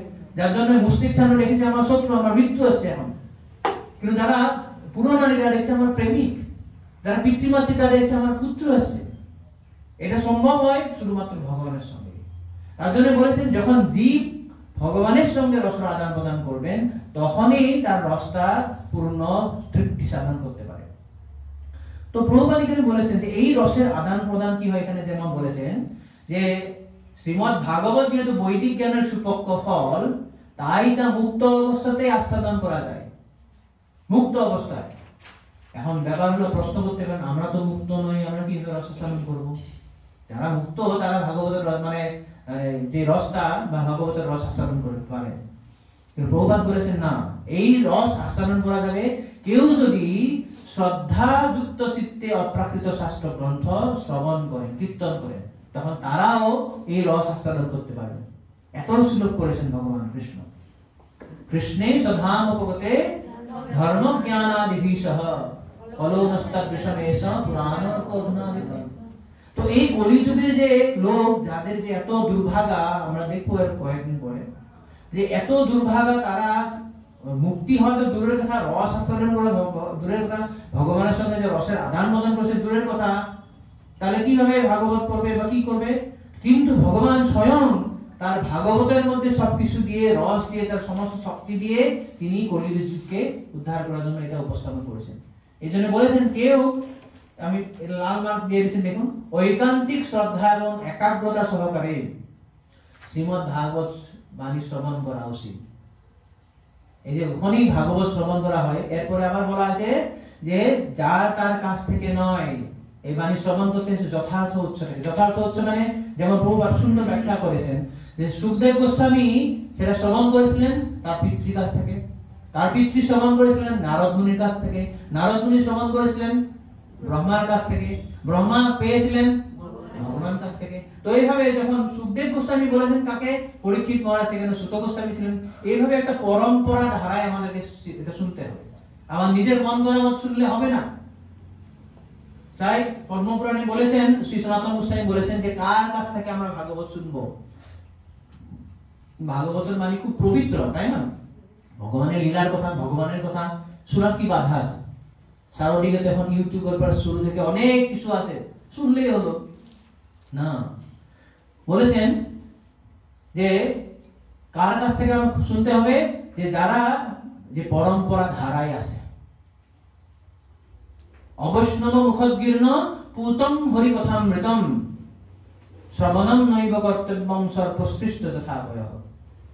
যে যারা অবৈষ্ণব, যারা পরম্পরা ধারায় নাই, তাদের কাছ থেকেও হরিকথা শ্রবণ করা চলবে না। হরিকথা শ্রবণ করা, হরিকথা হতে পারে প্রমাণ, যেমন দুধ খুব সুন্দর জিনিস, দুধ খেলে তো আমাদের পুষ্টি সাধন হয়, শরীরের জন্য খুব ভালো, কিন্তু সেই দুধ যদি সর্প উচ্ছিষ্ট করে তাহলে পাওয়া যাবে না, লাভ তো হবে না, বরঞ্চ মারা যেতে পারে। তো একই ধরনের ভগবানের কথা, হরি কথা, ভাগবতের কথা সবকিছু ভালো, আমাদের জন্য পবিত্রকারী, কিন্তু পবিত্রকারী হলেও যদি সেই ব্যক্তি যদি অবৈষ্ণব হয়, পরম্পরা ধারায় নাই, বলছে শ্রবণম নৈব কর্তব্যম, আপনি কখনো সেটা শুনতে পারবেন না, আপনার কর্তব্য নয়। তো এই জন্য আমাদের খুব সাবধান, যখনই আমরা ভক্তি জীবনে আসি, যাদব করছি, এই কথাগুলো আমাদের জানা দরকার। আমাদের এটাই ব্যক্তিগত প্রয়োগ, যে সবসময় আমরা যে যারা সদ্গুরু আছে, সদ্গুরু বা তার প্রতিনিধি যারা আছে, তাদের কাছ থেকে আমরা ভাগবত শ্রবণ করতে হয়। যে ব্যক্তি নিজে একজন ব্যক্তি ভাগবত হয়, যে ব্যক্তি নিজেই ভাগবতের মতন আচরণ করেন, সেই ব্যক্তির কাছ থেকে যদি ভাগবত শোনা যায়, তবে আমার তাড়াতাড়ি উন্নতি হবে। আমার মতন একজন মতো শুনলে কিছু লাভ নেই, আমি উপায় নেই, বলতে হয়েছে, আপনারা সহ্য করেছেন।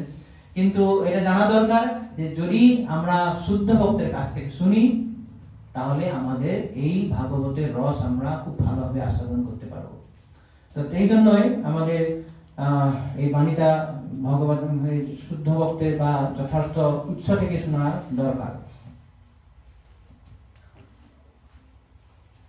এটা আমি আগে বললাম যে সুখদেব গোস্বামীকে কেন সুখ পাখির সঙ্গে তুলনা করা হয়েছে, যে তিনি তার পিতৃর কাছ থেকে শুনে সুখ পাখির মতন, টিয়া পাখির মতন শুধু আবৃত্তি করার জন্যই নয়, তিনি এটা সমস্ত শ্রেণীর লোকের জন্য উপাদেয় ভাবে, সবাই যে বুঝতে পারে, খুব সুন্দরভাবে উপস্থাপন করার জন্য তাকে সুখ পাখির সঙ্গে তুলনা করা হয়েছে। সমস্ত শ্রেণীর লোক সেটা গ্রহণ করেছিলেন, তার জন্যই তাকে বলা হয় সুখ পাখির মতো। এখন এই যে তার জন্য এই যে ভাগবতমকে চারটি জিনিস আমি আগের বার বলেছিলাম, আমি এর আগে দেখেছি যে 1 নম্বর শ্লোকটা বিশ্বনাথ চক্রবর্তী ঠাকুর 5 ধরনের ব্যাখ্যা করেছিলেন, মনে আছে আপনাদের? তো এই বিশ্বনাথ চক্রবর্তী আবার ভাগবতকে 4 ধরনের উপমা দিয়ে তুলনা করেছেন, 4টি জিনিসের সঙ্গে। কি কি 4টি জিনিস? ফার্স্ট,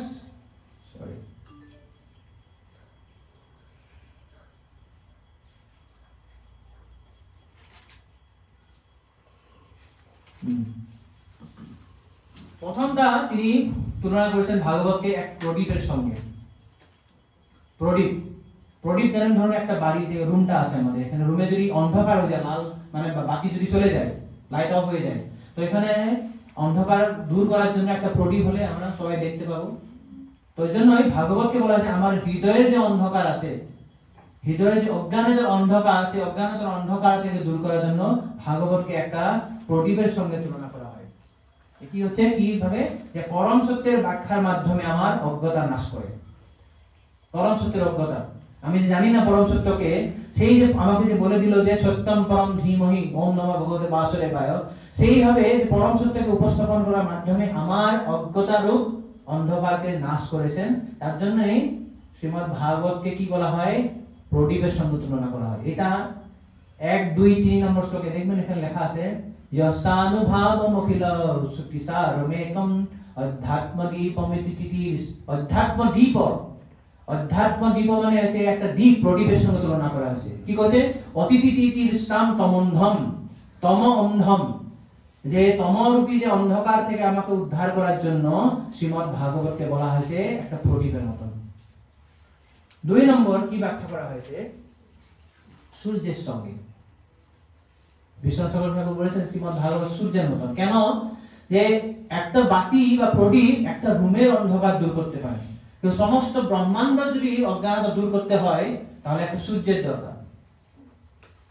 তো এই জন্যই এখানে বলেছেন 1.3.43, এটা আমি বলেছিলাম যে কৃষ্ণে সধাম উপগতে, যখন সমস্ত এই ব্রহ্মাণ্ড থেকে যখন কৃষ্ণ চলে গেলেন তখন অন্ধকারাচ্ছন্ন হয়ে গেছে। এটা 3য় স্কন্ধে আপনারা দেখবেন যখন বিদুর উদ্ধবকে যখন দেখা হয়েছিল যমুনার পারে, তখন তিনি যখন কৃষ্ণের কথা বলেছেন তুমি কেমন আছো, সব কুশল আছে তো, তখনই উদ্ধব প্রথম কথা বলেছেন যে কৃষ্ণরূপ সূর্য এখন অস্ত হয়ে গেছে, সবাইকে গ্রাস করেছে, অজগর রূপী একটা অন্ধকার সবাইকে গ্রাস করেছে, আমরা কিভাবে ভালো থাকবো? তিনি বলেছেন সূর্যরূপী মানে কৃষ্ণরূপী সূর্য এখন অস্ত হয়ে গেছে। তো যখনই কৃষ্ণ, সেখানে খুব সুন্দর ব্যাখ্যা আছে, যখনই ধরুন এখন সূর্য অস্ত গেল, যে অন্ধকার হয়েছে, তখন কি হয়? সূর্য মানে পুরো মানে একটা গোলার্ধ, একটা মানে যেমন পুরো গোলকটার একটা অর্ধ দুটো অর্ধ থাকে, একটা অর্ধতে সূর্য যখন অস্ত যায় আর একটা অর্ধতে সূর্য উদয় হয়। যেখানে উদয় হবে সেখানে কি হবে? আলো হয়ে যাবে, আর যেখানে অস্ত গেল অন্ধকার হয়ে যাবে। তো কৃষ্ণর লীলাগুলো নিত্য। কৃষ্ণ যখন এই ব্রহ্মাণ্ড থেকে যখন অন্তর্ধান হয়, আরেক ব্রহ্মাণ্ডে তার লীলা সৃষ্টি হয়, তারপর কি হয়? লীলাটা শুরু হয়ে যায় সূর্যের মতো। যেমন সূর্য যখন অস্ত যায় তখন কি হয়? যেখানে অস্ত যায় অন্ধকারাচ্ছন্ন হয়ে পড়ে। তো একই ধরনের সূর্য কৃষ্ণ যখন এখান থেকে সরে যায়, এখানে সব ভক্তরা ঢুকে পড়ে যায়, অন্ধকারাচ্ছন্ন হয়ে যায়। যেমন সূর্য অস্ত গেলে সন্ধ্যার সময় চোর ডাকাত খুব অ্যাক্টিভ হয়ে ওঠে, যে একই ধরনের সূর্য ভগবান কৃষ্ণ যেখানে এখান থেকে চলে যায় তখন যারা মানে নাস্তিকরা থাকে তারা খুব অ্যাক্টিভ হয়ে ওঠে। কারণ কৃষ্ণ যখন থাকবে ধর্ম থাকবে, বলছে না যে ধর্ম কাম শরণাগত হ। আমরা দেখবো 23 নম্বর শ্লোকে প্রথম অধ্যায় সৌনকাদি ঋষি জিজ্ঞাসা করছে যখন কৃষ্ণ চলে গেলেন ধর্ম কার আশ্রয় নিয়েছে? কারণ ধর্ম চলে গেছে না। তো যখন কৃষ্ণর অন্তর্ধান হয়, এক গোলক থেকে চলে যায়, ব্রহ্মাণ্ডকে চলে যায়, তখন সেখানে নাস্তিকরা খুব অ্যাক্টিভ হয়ে যায়। এভাবে খুব সুন্দর একটা কম্পেয়ার করা হয়েছে কৃষ্ণকে সূর্যের সঙ্গে। তো এই জন্য যেহেতু ভাগবত হচ্ছে কৃষ্ণ স্বয়ং, এই জন্য কি হয়েছে? সূর্য উদয় হয়েছে। কৃষ্ণে সধাম উপগতে ধর্ম জ্ঞানাদিভি সহ কলো নস্তব্দিকমেশ পুরাণ অর্ক উদিত। এখন সূর্য যেমন উদয় হয়েছে, এইভাবে ভাগবত উদয় হয়েছে। উদয় কি করছে? অসুরের ভ্রান্ত ধারণা নাশ করে ভক্তকে আনন্দ দান করে। এই জন্য ভাগবতকে সূর্যের সঙ্গে তুলনা করা হয়েছে। এটা হচ্ছে 2 নম্বর তুলনা। 3 নম্বর তুলনা হচ্ছে সুমিষ্ট ফল। আমরা আলোচনা করলাম এইমাত্র নিগমকল্পতরুণ, যে আমাকে আনন্দ দান করছেন, তাই না? শুদ্ধ ভক্তির মধুর রস প্রদান করে শ্রীমদ্ ভাগবত, একটা সুমিষ্ট ফলের মতন। এবং 4 নম্বর তুলনা করা হয়েছে মোহিনী মূর্তির সঙ্গে। মোহিনী মূর্তি, মোহিনী মূর্তি কি করেছিল কে জানেন?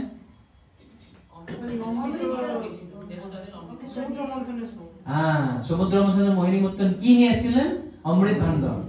দেখ ওষুধদেরকে বসিয়ে খাওয়ালেন তো, সবাই বসে যাও। ওষুধদেরকে দেয়নি, কাকে দিলেন? দেবতাদেরকে দিয়েছে। তো মোহিনী মূর্তি কি করছে? ওষুধদেরকে ছলনা করে তাদেরকে না দিয়ে দেবতাদেরকে দিয়েছিলেন। একই ধরনের শ্রীমদ্ ভাগবত তার যে বাণী, তার যে উপদেশ, অসুর রূপী যারা বিভ্রান্ত লোক আছে, যারা নাস্তিক আছে, তাদের কাছে কখনো ভাগবত নিজেকে প্রকাশ করে না। যারা শুদ্ধ ভক্ত তাদের কাছে এই নিজেকে প্রকাশ করে, অসুরদেরকে ছলনা করে তার ভক্তকে তিনি অমৃত প্রদান করেন।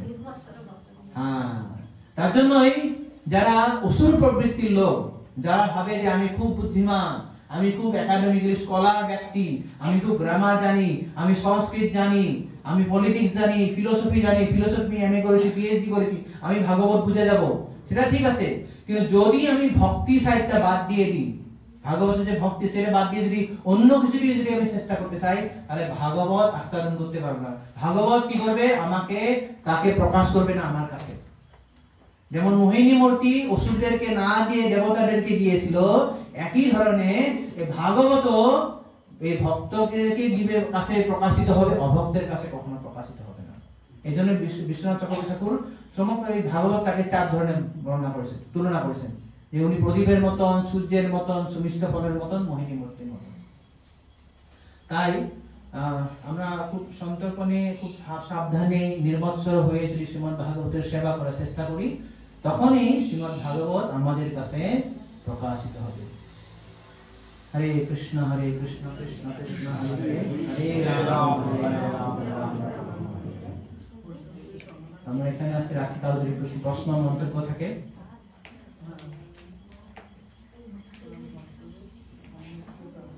কারো কিছু প্রশ্ন বা মন্তব্য?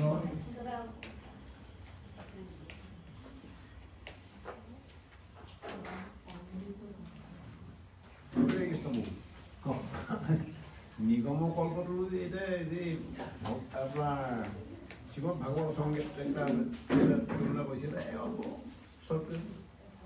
নিগম মানে হচ্ছে সমস্ত বৈদিক শাস্ত্রগুলি, সমস্ত বৈদিক সাহিত্য আছে, যেমন 4টি বেদ আছে, 18 পুরাণ আছে, 108টা উপনিষদ আছে, বেদান্ত সূত্র আছে, মহাভারত আছে। এই সমস্ত বৈদিক সাহিত্যকে একসঙ্গে নিগম বলা হয়। নিগম মানে হচ্ছে সমস্ত বৈদিক সাহিত্য। আর কল্পতরু কেন বলা হয়? যেহেতু কল্পতরু বা কল্পবৃক্ষ আমাদেরকে যা চাই আমরা তাই দিতে পারে, তো এই ধরনের বেদ বা নিগম শাস্ত্রেও আমরা যা চাই তা পেতে পারি। হ্যাঁ, সবকিছু পেতে পারি আমরা যা চাই। আমি চাই যে আমি আয়ুর্বেদিক শিখবো, কোথা থেকে শিখবো? বেদ থেকে শিখবো। আমি যে যুদ্ধ অস্ত্র শিখবো, তো বেদে আছে। আমি সাহিত্য শিখবো, বেদে আছে। ফিজিক্স শিখবো, বেদে আছে। মেডিকেল, একটা বাচ্চা গর্ভে কতদিন পর কিভাবে তার মানে উৎপত্তি হয়, সবকিছু বেদে আছে, সমস্ত কিছু আছে। যেহেতু সমস্ত জ্ঞান বেদের মধ্যে আছে। বেদ মানে হচ্ছে, বেদ শব্দটা আছে বিদ ধাতু থেকে। বিদ মানে হচ্ছে জ্ঞান, জ্ঞান নেওয়া। তো বেদ মানে হচ্ছে পুরোপুরি জ্ঞান, সমস্ত জ্ঞানকে একসঙ্গে বেদ বলা হয়। এই জন্যই তাকে বলা হয় কল্পবৃক্ষ। বুঝতে গেল? শ্রীমদ্ ভাগবত সঙ্গে একটা তুলনা করা হয়েছে, এটা হ্যাঁ, শ্রীমদ্ ভাগবত তুলনা এই জন্য করা হয়েছে যে বেদ তো একটা, যেমন সমস্ত একটা কল্পবৃক্ষ, যেমন একটা বৃক্ষের ডালা থাকবে, ডাল থাকবে, পাত থাকবে, ছোট ছোট বীজ থাকবে, অনেক কিছু থাকে। তো সেই একটা গাছের মূল জিনিসটা কি? সবথেকে উপাদেয় জিনিসটা কি? যে ফলটা পেকে গেছে, গলিত ফল হয় কি না? সুপক্ষ ফলটাই তো আমরা আম গাছ রুই কিসের জন্য? আম গাছটা দিব, এটার জন্য আমরা ফল পাবো। ফলটা হচ্ছে আমাদের একদম আলটিমেট জিনিস, হয় না? তো এই ধরনের সমস্ত বেদ রূপী যে কল্পবৃক্ষ রূপী যে বেদ, তার উপাদেয় জিনিসটা হচ্ছে শ্রীমদ্ ভাগবত। শ্রীমদ্ ভাগবত হচ্ছে একদম সমস্ত গলিত ফল, অতি সুন্দর পোকা ফল। হ্যাঁ, একদম সুন্দর পোকা ফল, অত্যন্ত সুন্দর পোকা ফল। হ্যাঁ, এটা হুকুম না, তাহলে একটু হ্যাঁ। আর সেই ফলটাই যখন সুখ পাখি যখন খায়, ভাটৌ চড়াই দিয়ে খাবো, খুব দুনিয়া মিঠা হয়ে যায়। তো সেই ফলটাকে যখন একটা সুখ পাখি খাবে, তখন মিষ্টি হয়ে যায়। যেহেতু এই ফলটা, ভাগবত রূপী ফলটা যখন সুখদেব মুখ থেকে নিঃসৃত হয়েছে, সেটা আরো বেশি সুমিষ্ট হয়েছে। কেন? আমি বললাম যে ভাগবত এমনিই সুমিষ্ট, কিন্তু যখন সেটা ভক্তের সুপ্রেমের যখন ভক্তি মিশ্রিত হয়েছে, তার ভাব মিশ্রিত হয়েছে, এটা আরো বেশি সুমিষ্ট হয়েছে। এই জন্য বলা হয়েছে সুখ মুখান অমৃত জল সঙ্গীত। সেই জন্য মানে এটা ভাগবত শ্রীমদ ভাগবতের সঙ্গে তুলনা করে। হ্যাঁ, তুলনা না, শ্রীমদ ভাগবতেই হচ্ছে সেইটা সুমিষ্ট ভাব। সুন্দর বলুন।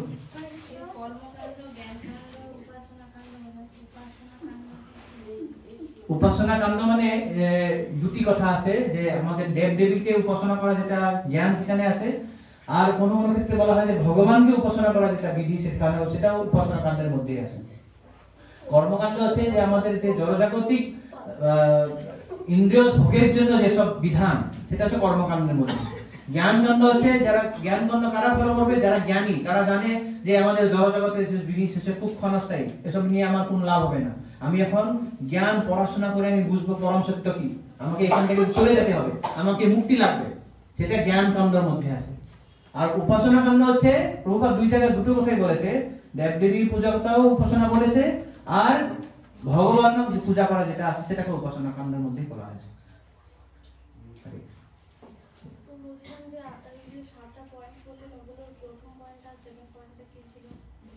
কিসের? শ্রীমদ ভাগবতের? হ্যাঁ, যে ভাগবতের সাথে কি সে তুলনা করেছে, যেমন বাস্তব ভাগবত করলে শুদ্ধ ভক্তির উদাহরণ, এরকম যেগুলো পয়েন্টগুলো বললো, প্রথম দুটো পয়েন্ট কি বললো? আচ্ছা, তুমি সেই কথা ছিল না কি? ওকে, সমস্ত ছল ধর্মকে সম্পূর্ণ এইটা এই স্লাইডটা দেখো।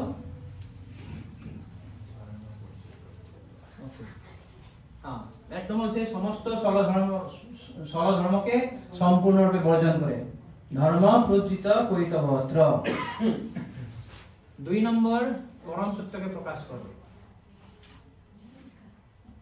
3 নম্বর সর্বতোভাবে নির্মৎসর ভক্তরা হৃদয়ঙ্গম করেন। 4 নম্বর বাস্তব বস্তুকে ভ্রম থেকে পৃথক করে। 5 নম্বর কৃতাক্লেশকে সমূলে উৎপাদিত করে। 6 নম্বর ভগবত তত্ত্ব হৃদয়ঙ্গম করার এই পন্থাটি হচ্ছে যথেষ্ট, এই গ্রন্থটি যথেষ্ট। আর 7 নম্বর হচ্ছে ভগবানকে হৃদয়ে প্রতিষ্ঠা করে। এটা হচ্ছে 7টি বৈশিষ্ট্য, এটাকে অভিধেয় বলা হয়। 2 নম্বর শ্লোকটা। অভিধেয় মানে হচ্ছে সম্বন্ধ, বুঝো? সম্বন্ধ কার সঙ্গে সম্বন্ধ হয়েছে? ধরো একটা ছেলে একটা মেয়ের সঙ্গে বিবাহ হয়েছে, একটা সম্বন্ধ স্থাপন হয়ে গেল। তো সম্বন্ধ স্থাপন হওয়ার পরে ওখানে বসে থাকবে না বাড়ি দুইজন চলে যাবে? সম্বন্ধ হয়েছে কিসের জন্য, কিসের প্রয়োজন?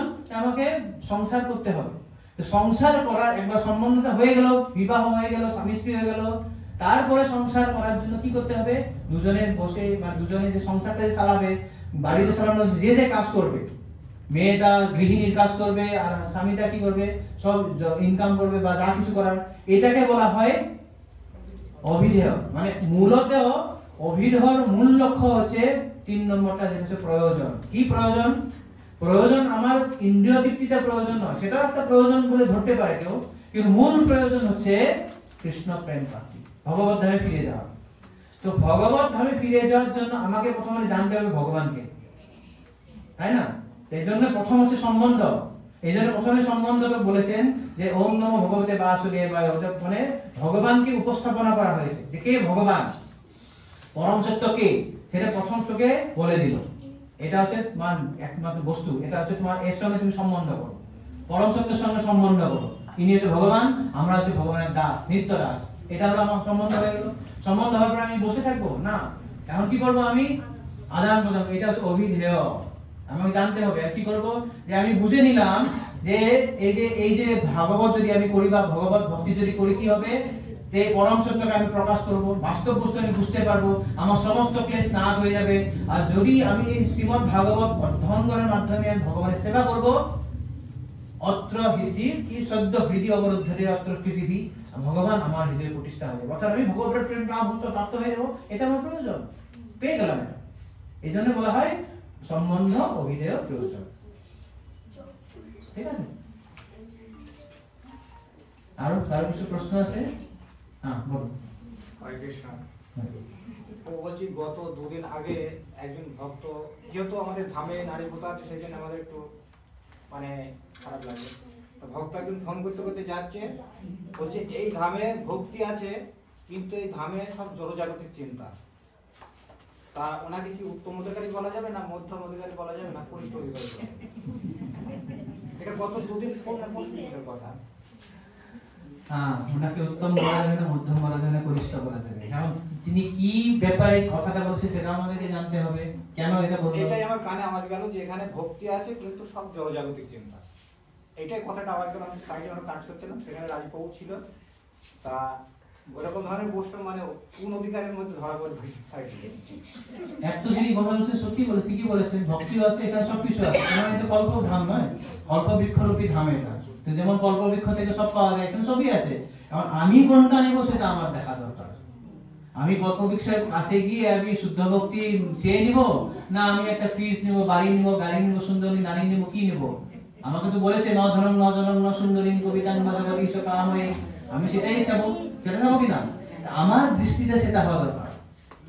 আমি নিজে একটা অভিজ্ঞতা বলি। আমি যখন প্রথম এখানে এসেছিলাম, মানে 12 বছর আগে এখানে এসেছিলাম একবারে, এমনি তো আগে অনেকবার মানে বছরে আসা যাওয়া করি। তো 2013-তে যখন প্রথম আসি আমি, তখন এখন নেই শ্রীমৎ ভক্তি নিত্যানন্দ মহারাজ, ওনাকে আগে থেকে আমার পরিচিত আছে। তো মহারাজকে পঞ্চরথ আঙিনায় দেখা হয়েছিল একদিন মঙ্গল আরতির সময়।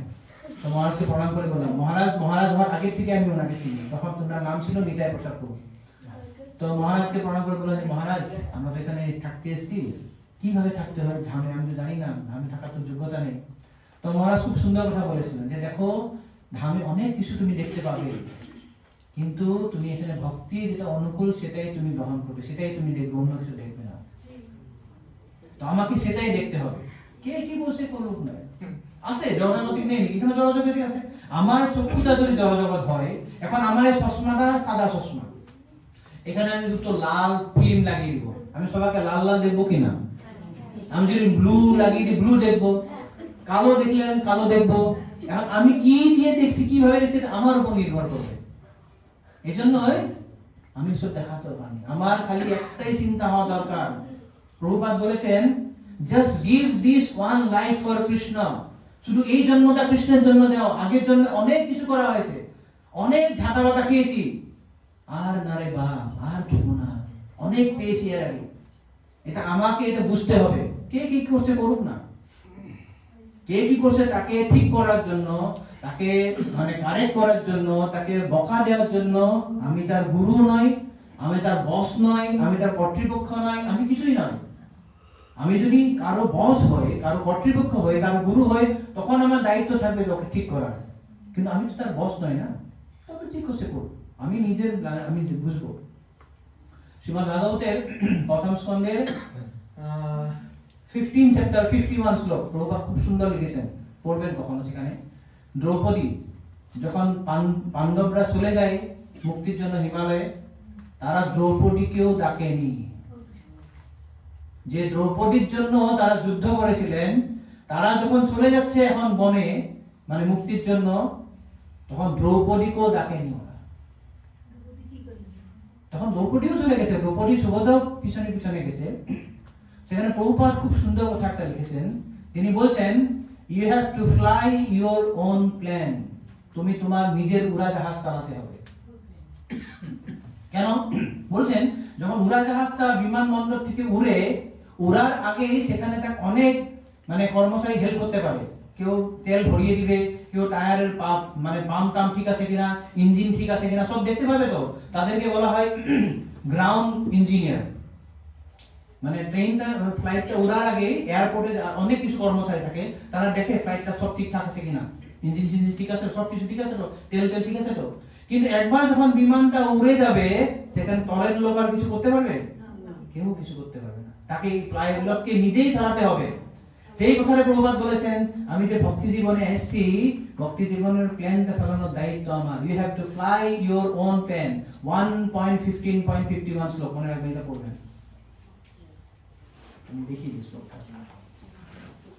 তো এই জন্য আমাদের ভক্তি জীবনে আমাকে নিজে দেখতে হবে, আমি কিভাবে আমার ভক্তি জীবনটা দেখবো। অন্য কি করছে করুক না, আমার অন্য কি করছে আমার দেখার দরকার নেই। তো আমি আমার নিজেরটা দেখতে হবে।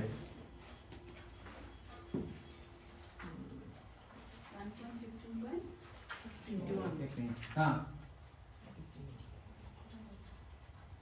ওকে 50 1.15/50 এখানে বলেছেন when flying an airplane one cannot take care of other planes যখন কেউ প্লেনটা চালাচ্ছেন অন্য প্লেনকে কেউ দেখতে পারে না। everyone has to take care of his own plane নিজের উড়াজাহাজটা নিজেকে কেয়ার নিতে হবে। and if there is any danger যদি কোনো বিপদ আছে no other plane can help another in that condition যদি কিছু বিপদ আছে অন্য কেউ আমাকে সাহায্য করতে পারে না। তার জন্য আমার নিজের প্লেন আজ নিজেকেই চালাতে হবে। তো খুব সাবধান আমাদেরকে যে অন্য কেউ কিছু সেটা দেখার দরকার নেই। আমি ধামে আছি, আমি আগে বলছিলাম না একবার, সেদিন আমি মনে হয় কোনো মিটিং এ বলেছিলাম, হ্যাঁ আমাকে নিজে সবসময় বুঝতে হবে আমি কত নগণ্য, আমার মতো নগণ্য জঘন্য জীব নেই, আমি সব থেকে পতিত। এই জন্য নরোত্তম ঠাকুর দাশু কি বলেছেন, মোসম পতিত প্রভু না পাইবে, পতিত পাবন হেতু তব অবতার, মোসম পতিত পাবো না পাইবে। তো পতিতকে উদ্ধার করার জন্য তুমি এসছো, কিন্তু আমার মতন পতিত নেই, জন্য আমার ক্লেমটা ফার্স্ট, আগে আমাকে উদ্ধার করো, তারপরে তুমি অন্যকে করবা। এই ভাবটা আমার হওয়া দরকার। আমার মতন আর পতিত কেউ নেই, আমি প্রথমে লাইনের প্রথমে আমি দাঁড়িয়ে আছি, আমার মতন উদ্ধার করো। এইটা হচ্ছে ভক্তের মনোভাব। এই মনোভাবটা নিয়ে যখন আমি ভক্তি করব, তখন অন্য কি করছে দেখার আমার দরকার নেই। পারলে আমি কি করবো, সাহায্য করবো, কিন্তু কেউ কিছু আমি পুঁতি নাতি করা, কে কিছু করছে, খারাপ কাজ করছে, অমুক করছে, না, সে আমার বিজনেস নেই। আমি নিজের প্ল্যান ভাই নিজে চালাবো, ঠিক আছে? হরে কৃষ্ণ। আর কিছু প্রশ্ন আর মন্তব্য? ওকে, ग्रंथरा श्रीमद् भागवतम की जगत गुरु श्रील प्रभुपाद की समवेत गौर भक्त वृंद की निताय गौर सीतानाथ प्रेमानंद।